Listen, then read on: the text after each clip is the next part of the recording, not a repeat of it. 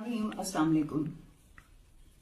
पाकिस्तान का कानून तो वैसे ही अंधा है और इंसाफ की तो यहाँ पे कोई उम्मीद है नहीं। बड़े खुश हुए थे सब लोग कि पाकिस्तान तहरीक इंसाफ को जो है जलसे की इजाजत दे दी गई है, वर्कर कन्वेंशन की इजाजत दे दी गई है, लेकिन ये अंदाजा नहीं था कि बर्बरियत की इंतहा ये होगी कि एक तरफ तो 21 तारीख को एक मफरूर इश्तेहारी चोर भगोड़े को जो है वो रियासती प्रोटोकॉल के तहत जो है वो लाया गया, उसको हमारे उस मुजरिम को हमारे सीपीओ और हमारे जो कमिश्नर्स हैं और जो बाकी लोग हैं, जो हमारी बाकी जो हैं, उनको जो है उन सब ने उनको सल्यूट किए। तो शर्म का मकाम तो वहीं हमारी कौम के लिए डूब मरने का था कि जहां पे जो है एक मुजरिम को अगर इतना प्रोटोकॉल दिया जाता है और एक मुजरिम को सल्यूट करते हैं वर्दी में लोग, तो इसका मतलब है कि हमारा मुल्क जो है वो वाकई में अंधे कानून और काले कानून की जो है वो उसमें घेरे में हिसार में जो है आया हुआ है। तो वो तो तयशुदा बात थी, लेकिन ये अंदाजा नहीं था कि पाकिस्तान तहरीक इंसाफ के वर्कर कन्वेंशन का इतना खौफ है कि कोई कम अज कम जो है 3500 या इससे भी ज्यादा के करीब पुलिस जो है वो सिर्फ उस एक स्पॉट पे थी कि जहां पे वर्कर कन्वेंशन था। बाकी तो जो उन्होंने इर्द गिर्द के दाखिली और खारजी उसमें जो है जो उन्होंने पुलिस लगाई थी वो बिल्कुल अलग है। और अफसोसनाक बात यह है, जबर और फस्तायत की इंतहा ये है कि इन लोगों ने वहां पर वर्कर्स को ना सिर्फ मारा, वर्कर्स को जो है वो 200 के करीब हमारे वर्कर्स जो है उन्होंने अरेस्ट किए।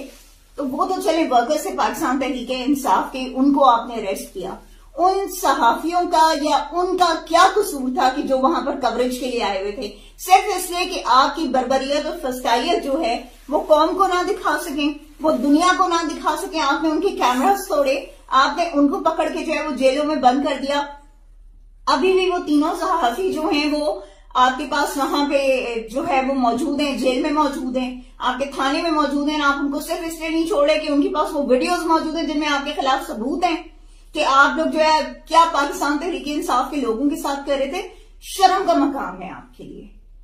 आप हमारे मुहाफिज हैं, आपकी हम इज्जत करते हैं सबकी, लेकिन अगर आप इस तरीके से पाकिस्तान तहरीक इंसाफ के लोगों पर जुल्म करते रहेंगे किसी और के कहने पर, जिस तरह कल आपने वीडियो में कहा जी हमें तो ऊपर से हुक्म है, तो फिर अफसोस और शर्म का मकाम है। और मोहसिन नकवी साहब को मैं एक बात कहना चाहूंगी कि मोहसिन नकवी साहब, हम ये तो जानते हैं कि आप कभी भी किसी के लिए इंसाफ नहीं कर सकते और आप कभी भी किसी मजलूम इंसान की जो है वो दाद रसी नहीं कर सकते, मगर हमें ये नहीं पता था कि आप वजीर आला जो है गैर कानूनी तौर पर, गैर आईनी तौर पर आप अभी भी बैठे हुए हैं कि आप इस हद तक जो है आप चले जाएंगे कि आप उस भगोड़े को, उस मुजरिम को, उस मफरूर को कि जिसपे केसेस हैं उसके खिलाफ तो आपने कोई एक्शन नहीं लिया, उसको तो आपकी रियासती मशीनरी ने जो पूरा प्रोटोकॉल दिया।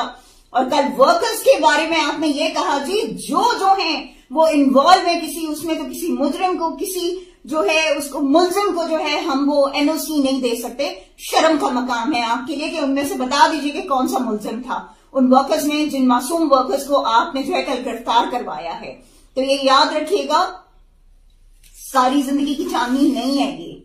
इंशाअल्लाह ताला वो वक्त करीब है कि जब पाकिस्तान तहरीक इंसाफ अपनी फुल स्ट्रेंथ शो करेगी और इंशाअल्लाह ताला ये जो आपका जुल्म और बर्बरियत और जबर है इंशाअल्लाह ताला ये खत्म होगा। और वो तमाम लोग कि जिन्होंने पाकिस्तान तहरीक इंसाफ और पाकिस्तानी अवाम पर जुल्म किया है, इंशाअल्लाह ताला अल्लाह पाक इंसाफ जरूर करेगा। और वो वक्त आएगा कि जब आप सब माफिया मांगेंगे लेकिन आप लोगों को माफिया नहीं मिलेंगी।